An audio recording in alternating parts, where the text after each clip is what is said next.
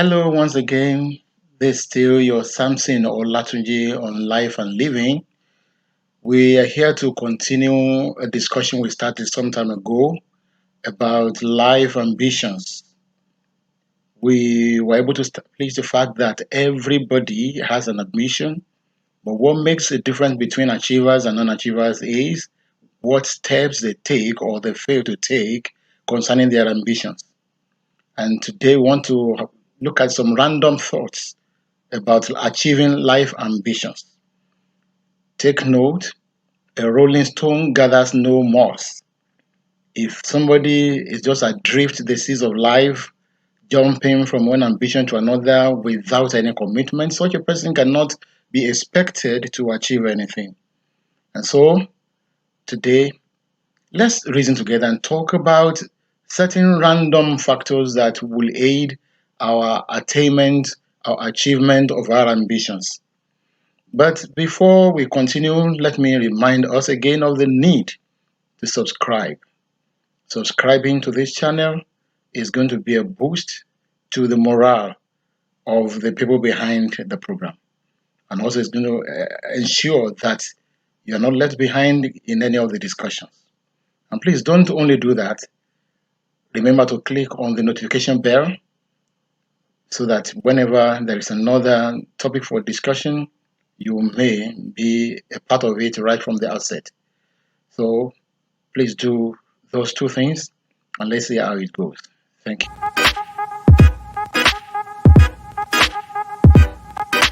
Okay, you're welcome back. We are ready to set the ball rolling in full. We started by talking about making personal sacrifice, being ready to make personal sacrifice to achieve our ambitions, to attain our ambitions. We started with that because that is going to run through every stage, from the conception of the ambition to the final achievement of such ambitions. So that was why we started with that. But now, what are those things, those particular steps we have to take in order to come into this world, set our goals, make our ambitions and attain them, so that we may not leave this world like a snake that passes upon a rock without any path, without any impact. Take note that psychologists have observed that about 25% of New Year resolutions are jettisoned within the first 15 weeks of the year, which means many people begin to set their ambitions right from the beginning of the year, and before long, they lose focus of the ambition. So in order not to fall into this category, there are some specific steps we have to take. The first thing we have to do is that you have to be realistic about your ambitions. Aim high, but be ready to start low. Dream big, but be ready to start small. Then you make progress. You don't just conceive it sometime and you achieve it pronto. No, there is always a process. There is a process, and you have to achieve your goals under that ambition progressively. So, we are saying aim high, dream big. That means if your ambition is something that you achieve too easily, it's not a worthy ambition, and it's not going to make you distinguished among your fellows. It has to be high, it has to be big, but don't let it be too big. Don't make it unrealistic. Then it says start low, start small. Little drops become an ocean. Little steps taken here and there become mighty things. So when you combine those, then you are on your way to being a formidable force in your generation. Then another thing is that you have to be modest in your goal setting. The goals you are setting within that broad ambition must be modest. Don't overload yourself. Don't overwork yourself. Harvey Mackay once said that a dream is just a dream. A goal is a dream with a plan and a deadline. So those goals must have deadlines, how you want to achieve them, when you want to achieve them. At the same time, what you want to achieve must not be too big, for you must not be what will kill you before the ambition materializes. That reminds me of a story a friend once told me.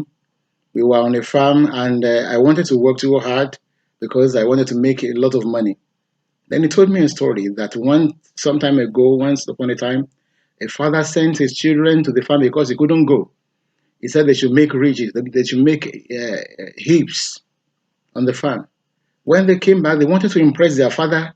And when they came back, they worked so hard. The father said, "How many heaps did you make?" One of them said, "I made 1,000." The other said, "I made 1,200, 1,400." They thought their father would be impressed by what they had done. And the father said, "You, these children, I'm not sure you are going to finish this work this year."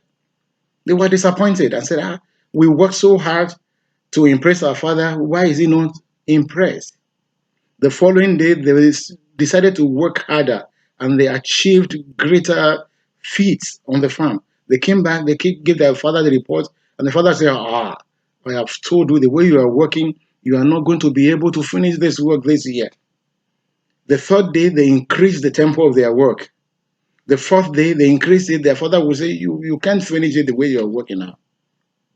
But before long, all of them fell sick. They landed in the hospital. And throughout the planting season, they were being nursed in the hospital.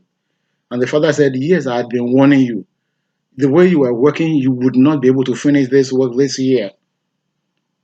And he said, "Because you are moving too fast, I knew you were not going to accomplish it." That was when they realized what their father had been saying. When he said, "I'm not sure you're going to finish this work this year," it didn't mean you were going too slowly. It meant you were going too fast. That because if you go too fast, you won't be able to accomplish it. So you have to be modest in your goal setting. Don't kill yourself with work. Be modest. And that is that. That is that. And as you achieve each goal within that ambition, then you take every goal and you praise yourself. You give yourself a treat for achieving that. Little by little, you will get there. A third thing you will have to do is that you may have to commit your goals into writing. This gives greater clarity. It helps highlight your strengths and weaknesses and helps track your records, your progress more easily. When you write it down, it's going to make you to get more committed. It's going to make you to have a sharper focus. The art, the secret of committing goals into writing had been an age-long secret. It started thousands of years ago. A book was written thousands of years ago in which you have write down the vision is for an appointed time. And that's just something like your ambitions we have. You have an appointed time you want to achieve the big ambition and also each goal. Write them down so that you may have clarity. Write your goals down. Write them down. You'll be committed. Then another thing is that you must walk your talk. Don't just be talking about your ambitions. Don't just be dreaming about your ambitions, but be doing things, necessary things to achieve that ambition. And also visualize them daily. When you are together, you are just alone somewhere. Don't just sit idly. Be visualizing, be thinking about. Let the imagination of the ambition possess you. Let it fill your thoughts. Let it saturate your mind. And when it possesses you, it's going to drive you. Then identify and attract facilitative company. It's not when you have an ambition, somebody says if you want to go fast, you can go with people. But if you want to go far, you have to go alone. But going alone doesn't mean you'll be a lone ranger. It means you select the people that you allow to be near you, people you share your visions with. Don't move with vision killers, do dream killers. Identify people who are like-minded. Their ambitions may not be exactly yours, but people who also have ambitions, people who can identify, who can feel for you. And also not only people, materials also. Human and material resources that can help you. You may have to relocate from where you live currently. in order to go to a place where you are going to have your ambitions attained successfully, then you have to get more informed. Read books about people who have had similar ambitions, maybe smaller or greater, people who have achieved along that line. Note that if your ambition is something that is extreme, completely new, it may not be a real ambition. Some people must have told that line before. So read biographies, autobiographies, read online, offline, listen to the news so that you may get some points that helped those who have gone that way before to achieve what they achieved. Pablo Picasso said, good artists copy, they copy others, but great artists steal. Stealing in this case is mean like you are stealing their technology. When you fix your gaze upon those people who have gone ahead of you and have achieved, somehow you will become like them. And you may even be greater than they are because you have the privilege of getting your ideas from various places.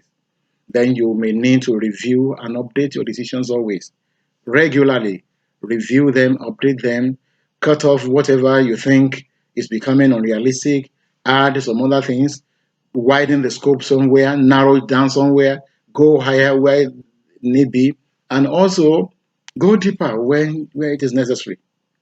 Then another important thing is that you have to believe in yourself.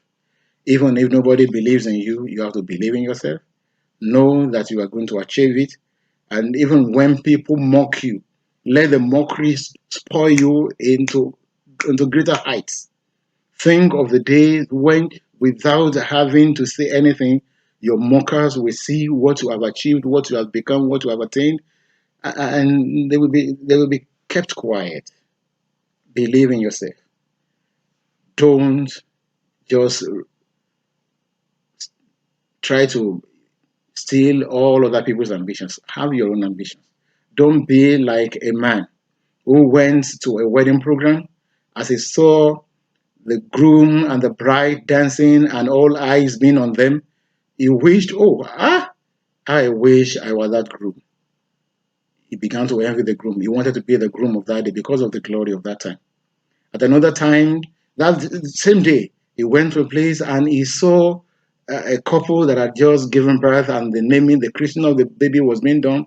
He saw how people were just looking at the baby, being joyous, looking at the baby. He also wished he was the baby that was getting all the attention. He got to another place, somebody has just won a tournament and was being celebrated. He also wished he was the person being celebrated. That same day, he got to where there was a funeral going on. He saw the corpse lying in state and the priest eulogizing the dead man and people being moved, some to tears, concerning the achievements of this person that was about to be buried. And unknowingly, he also wished he was the dead man that was being eulogized. Then later it occurred to him that he was trying to be amoebic in nature. Then he realized that he was even wishing that he was dead because he didn't have his own ambitions. So focus greatly, take some of these steps consistently, and I'm sure you are going to amount to something in life. Thank you very much. See you again. When you achieve your ambitions, when you attain your goals, I hope to be there to celebrate with you. Thank you.